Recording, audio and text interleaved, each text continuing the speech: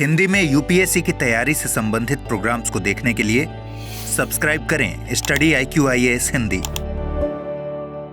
दोस्तों 24 फरवरी 2025 को यानी कि बीते दिनों रूस और यूक्रेन के बीच जो युद्ध चल रहा था लगातार 3 साल से, इसकी तीसरी वर्षगांठ की स्थिति देखी गई। वर्षगांठ कहना भी बड़ा ही मुनासिब नहीं लगता है, क्योंकि ये कोई खुशी की बात तो है नहीं, लेकिन जो वर्तमान में हकीकत है उससे हम कैसे नज़रअंदाज कर सकते हैं। और इसी संदर्भ में संयुक्त राष्ट्र महासभा में एक प्रस्ताव भी पास किया गया और इस प्रस्ताव के अंतर्गत ये देखा गया कि जो अमेरिका लगातार 3 सालों से यूरोपीय देशों के साथ रहते हुए रूस का विरोध कर रहा था और यूक्रेन का साथ दे रहा था, प्रत्यक्ष और अप्रत्यक्ष तौर पर आज उसी अमेरिकी राष्ट्रपति के द्वारा यूक्रेन वॉर के कंटेक्स्ट में रूस पर लगने वाले जो आरोप हैं उसको खारिज कर रहा है। अमेरिका के राष्ट्रपति के द्वारा कहा जा रहा है कि नहीं, ये जो आरोप लगाए जा रहे हैं रूस पर, इसे हम सही नहीं मानते हैं। अब आप इस बात को समझिए, इसके 2 एंगल हैं। पहला एंगल ये है कि जहां एक तरफ अमेरिका रूस के साथ इस कंटेक्स्ट में अपनी नजदीकी दर्शा रहा है, वहीं दूसरी तरफ जो यूरोपीय देश लगातार अमेरिका के साथ रहते हुए और यूक्रेन के साथ रहते हुए रूस का विरोध कर रहे थे, रूस की गतिविधियों का विरोध लगातार हो रहा था। आज जब इस तरीके की बातें अमेरिकी राष्ट्रपति के द्वारा अमेरिका के द्वारा की जा रही हैं, तो ऐसे में अमेरिका और यूरोपीय देशों के बीच में एक जो डिस्प्यूट की स्थिति, एक जो अलगाव की स्थिति है, वह भी संभावित तौर पर दिखती है। दोस्तों, आज की इस चर्चा में हम लोग इसी विषय पर विस्तार से बातचीत करेंगे। सामने मैंने पैनल पर इसी महत्वपूर्ण खबर को मेंशन किया हुआ है कि अमेरिका के द्वारा यूक्रेन वॉर के कंटेक्स्ट में रूस के ऊपर जो आरोप लगाया जा रहा था, इसे इनकार किया गया, इसको रिफ्यूज किया गया है। इस संदर्भ में हम लोग विस्तार से बातचीत करेंगे। दोस्तों, यहां पर एक और जो खबर है वो मैंने यहां पर मेंशन कर दी है कि संयुक्त राष्ट्र सुरक्षा परिषद के द्वारा जो एक प्रस्ताव अमेरिका के माध्यम से रखा गया था, उस प्रस्ताव को स्वीकार किया गया है। और साथ ही जो यूक्रेन के कंटेक्स्ट में प्रस्ताव एक रखा गया था संयुक्त राष्ट्र महासभा में, उस प्रस्ताव के मद्देनजर अमेरिका ने अपनी नाराजगी जताई है और अमेरिका ने उस प्रस्ताव के अगेंस्ट में वोट दिया है। ध्यान रखिएगा, यहां पर 2 स्तरों पर बातें की जा रही हैं। एक प्रस्ताव रखा गया संयुक्त राष्ट्र महासभा में और दूसरा प्रस्ताव रखा गया संयुक्त राष्ट्र सुरक्षा परिषद में। इन दोनों ही प्रस्तावों में क्या कुछ विशेषताएं रही, क्या कुछ महत्वपूर्ण बातें रही, ये हम लोग एक एक करके देखेंगे। आगे बढ़ने से पहले मैं आपको जल्दी से बता दूं कि यदि आप सिविल सेवा परीक्षा की तैयारी कर रहे हैं और आप चाहते हैं कि बहुत ही बेहतर तरीके से अपने सामान्य अध्ययन की तैयारी को हम बेहतर आकार प्रदान करें, तो आपका स्वागत है दोस्तों इस खास बैच में, जिसकी शुरुआत हो चुकी है 28 फरवरी 2025 को। इस बैच में एडमिशन की अंतिम तिथि निर्धारित की गई है। यदि आप इस बैच से जुड़ना चाहते हैं तो फिर आप दिलीप लाइव कोड का इस्तेमाल करते हुए इनमें से 3 जो सिल्वर, गोल्ड या प्लैटिनम, तीनों जो बैचेज हैं, इनमें से कोई भी बैच आप ऑप्ट करके इसमें एडमिशन ले सकते हैं। इसके लिए आपको खास डिस्काउंट दिया जा रहा है, क्योंकि राइट नाउ स्टडी IQ का एक लर्निंग फेस्ट का मौका है और इसी मौके पर आप दिलीप लाइव कोड का इस्तेमाल करते हुए 8499 रुपये या फिर 17,999 रुपये या फिर 26,999 रुपये के बैच में एडमिशन ले सकते हैं और इसके जरिए आप अपनी सिविल सेवा परीक्षा की तैयारी को और बेहतर रूप प्रदान कर सकते हैं। तो ये एक महत्वपूर्ण सूचना हो गई बैच में एडमिशन को लेकर के। और अब हम लोग फिर से मुद्दे पर आ जाते हैं। जैसा कि मैंने आपको बताया कि संयुक्त राष्ट्र महासभा द्वारा 2 प्रस्ताव स्वीकृत किए गए और अमेरिका के प्रस्ताव को खारिज किया गया। इनफैक्ट 3 प्रस्ताव पेश किए गए थे, जिसमें से जो 2 प्रस्ताव थे वो यूक्रेन के माध्यम से पेश किया गया था, जिसमें यूरोपीय देशों के द्वारा समर्थन दिया गया था। और जो यूक्रेन के द्वारा प्रस्ताव पेश किया गया था उसमें जो बातें नहीं थी, उसमें यह कहा गया कि जिस तरीके से वर्तमान में रूस के द्वारा लगातार गतिविधियां चलाई जा रही, आक्रामक गतिविधियों को रोका जाए और जल्द से जल्द जो शांति वार्ता है इसको बहाल की जाए। शांति वार्ता के माध्यम से जो इस क्षेत्र में शांति की स्थिति है, यदि वो पुनर्बहाल होगी तब दोनों देशों के लिए बेहतर होगा। ये सारी बातें यहां पर कही गई। वहीं दूसरी तरफ अमेरिका ने जो प्रस्ताव पेश किया था उस प्रस्ताव को खारिज कर दिया गया। देन आफ्टर अमेरिका ने जो अपना प्रस्ताव है वो संयुक्त राष्ट्र सुरक्षा परिषद में जाकर के रखा। ठीक है जी। तो यही यहां पर हम लोग मेंशन कर रहे हैं कि यूक्रेनी प्रस्ताव को मंजूरी दे दी गई, जिसमें रूसी सैनिकों की तत्काल वापसी की मांग की गई है। ध्यान रखिएगा कि इसमें कहा गया है कि जो भी रूसी सैनिक हमारे क्षेत्र में लगातार कब्जा कर रहे हैं, लगातार आक्रामक रुख अख्तियार किए हुए हैं, वो जल्द से जल्द वापस चले जाएं। वहीं दूसरी तरफ संयुक्त राष्ट्र चार्टर का उल्लंघन किया जा रहा है।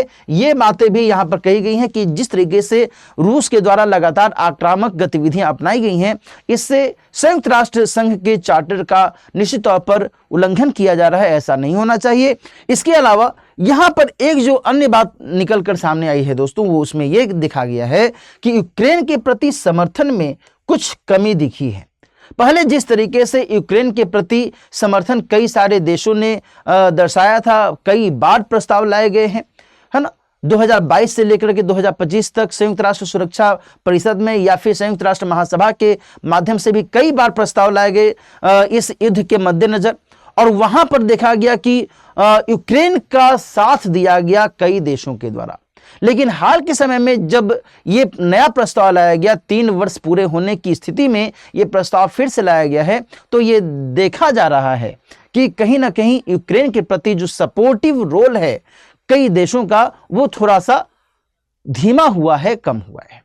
ठीक है जी। अच्छा, अब हम लोग थोड़ा सा इसमें आगे बात करें तो इसमें यह दिख रहा है कि ट्रंप प्रशासन के मॉस्को के साथ जुड़ाव को लेकर के जो ट्रांसअटलांटिक गठबंधन है उसमें एक स्ट्रेच की स्थिति, तनाव की स्थिति उभर रही है। मैंने आपको शुरू में भी बताया कि जिस तरीके से अमेरिका और यूरोपीय देशों के द्वारा यूक्रेन का साथ दिया गया लगातार और रूस का विरोध किया गया, वहीं आज अमेरिका रूस के पक्ष में बातें कर रहा है। और ऐसे में जो अमेरिका और यूरोप के बीच का संपर्क रहा, संबंध रहा है, इस संदर्भ में एक तनाव की स्थिति यहां पर उभर रही है। वहीं दूसरी तरफ जो यूरोपीय नेता हैं वो इस बात से निराश दिख रहे हैं कि जिस तरीके से बीते सप्ताह में अमेरिका और रूस ने मिलकर के यूक्रेन के संदर्भ में जो शांति वार्ता की बातें की, उसमें न तो यूक्रेन को शामिल किया गया और न ही यूरोपीय देशों को ही बुलाया गया। ये तो अजीब सी बात हो गई ना कि जब युद्ध हम लड़ रहे थे, जब तनाव की स्थितियां थी, तब यूक्रेन जो है दुहाई दे रहा था कि नाटो में हमको शामिल किया जाए। हालांकि उसको नाटो में तो शामिल होने का मौका अभी तक मिला ही नहीं। इसके बावजूद भी जो ये नाटो देश थे, जिसमें यूरोपीय देश भी शामिल हैं, अमेरिका भी शामिल है, इन सभी ने इसी आधार पर तो यूक्रेन को समर्थन दिया था, है कि नहीं, कि भाई चलो हम तो नाटो देश हैं, हम यूक्रेन को सपोर्ट करेंगे, चाहे हथियार के माध्यम से सपोर्ट हो, चाहे वित्त के माध्यम से सपोर्ट हो, चाहे रणनीतिक माध्यम से सपोर्ट हो, चाहे संयुक्त राष्ट्र महासभा या संयुक्त राष्ट्र सुरक्षा परिषद के माध्यम से सपोर्ट हो, हर स्तर पर हम इसका समर्थन करेंगे। लेकिन आज जब शांति वार्ता की जा रही है तो आपने हमें दरकिनार कर दिया, ये तो सही नहीं है ना। यहां पर इसी बात को इंडिकेट किया गया है। वहीं दूसरी बात यहां जो निकल कर सामने आ रही है वो और अधिक खतरनाक है, वो ये कि अमेरिकी राष्ट्रपति के द्वारा जिस तरीके से यूक्रेन के राष्ट्रपति के अगेंस्ट में बीते कुछ समय से कुछ विचित्र सी बातें की गई, जहां यूक्रेन के राष्ट्रपति को डिक्टेटर की संज्ञा दी गई और ये कहा गया कि ये सही तरीका नहीं है और इस हिसाब से यदि यूक्रेन युद्ध को कंटिन्यू करना चाहता है तो एक दिन उसका खात्मा भी हो सकता है, इस तरीके की बातें की गई। तो निश्चित तौर पर यहां पर अमेरिका और यूक्रेन के बीच में जो पहले एक सहयोगी संबंध दिख रहा था, वो सहयोगी संबंध अब विरोधी संबंध में परिणत होता हुआ दिख रहा है। इसके अलावा अमेरिका के द्वारा इस पूरे मामले में प्रतिस्पर्धी प्रस्ताव पेश किया गया, कहां पर, संयुक्त राष्ट्र सुरक्षा परिषद में, और संयुक्त राष्ट्र सुरक्षा परिषद में अमेरिका के द्वारा तैयार प्रस्ताव को पारित कर दिया गया, जिसमें संघर्ष पर तटस्थ रुख अपनाने की बात कही गई थी। ठीक है जी। यहां पर दोस्तों ध्यान रखिएगा कि जो प्रस्ताव संयुक्त राष्ट्र महासभा में पारित किया गया, उस प्रस्ताव को बाइंडिंग नहीं माना जाता है, बाध्यकारी वो नहीं होता है। यानी कि यदि किसी ने उस प्रस्ताव को पारित करने के बावजूद भी उसको फॉलो नहीं किया तो ऐसा कोई दिक्कत नहीं है। लेकिन यहां पर जो संयुक्त राष्ट्र सुरक्षा परिषद में कोई प्रस्ताव यदि लाया जाता है और उसको यदि पारित किया गया तो निश्चित तौर पर वह बाध्यकारी होता है, यह ध्यान रखिएगा। ठीक है जी। तो यहां पर इस लिहाज से जो अमेरिका के द्वारा ये प्रस्ताव पारित किया गया, निश्चित तौर पर यह महत्वपूर्ण हो जाएगा, क्योंकि यह बाध्यकारी है, मैंडेटरी है, इसको बाइंडिंग मान लिया जा रहा है कि नहीं। तो ये चीजें यहां पर आपको ध्यान में रखने की आवश्यकता है। तो ये जो टोटल हम लोग यहां पर देखें, टोटलिटी में पूरी चर्चा को देखें, समझें, तो फिर यहाँ जो बातें निकल कर सामने आ रही हैं वो यही है कि वर्तमान में 3 साल पूरा होने के बावजूद भी जो एक फाइनल कंक्लूजन होना चाहिए इस पूरे युद्ध का, वो अभी तक नहीं सामने आ पाया है।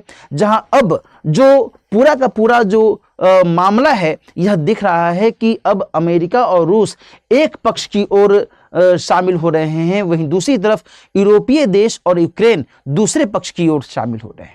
अब हम यहाँ पर यदि बात भारत की करें तो दोस्तों, जिस तरीके से पहले भी भारत ने रूस के संदर्भ में जो भी प्रस्ताव लाए गए थे उससे अपनी दूरी बनाए रखी थी, इस बार भी इसने अपनी दूरी ही बनाए रखी है। इसने कहा कि भाई हम इस प्रस्ताव में न हमें वोट देंगे न ही न में वोट देंगे, और इस तरीके से यहाँ पर ये सारी चीज़ें निकलकर सामने आ रही हैं। अब आगे आने वाले समय में ये देखने वाली बात होगी कि अमेरिका और रूस के द्वारा इस पूरे कंटेक्स्ट में क्या कुछ स्टेप्स उठाए जाते हैं, क्या यूरोपीय देशों के द्वारा अमेरिका पर दबाव डाला जाता है, या फिर अमेरिका रूस को यह समझाने में सफल हो पाता है कि जो युद्ध की स्थिति है, जो तनाव की स्थिति है, उसे अब जल्द से जल्द रोका जा सके, समाप्त किया जा सके।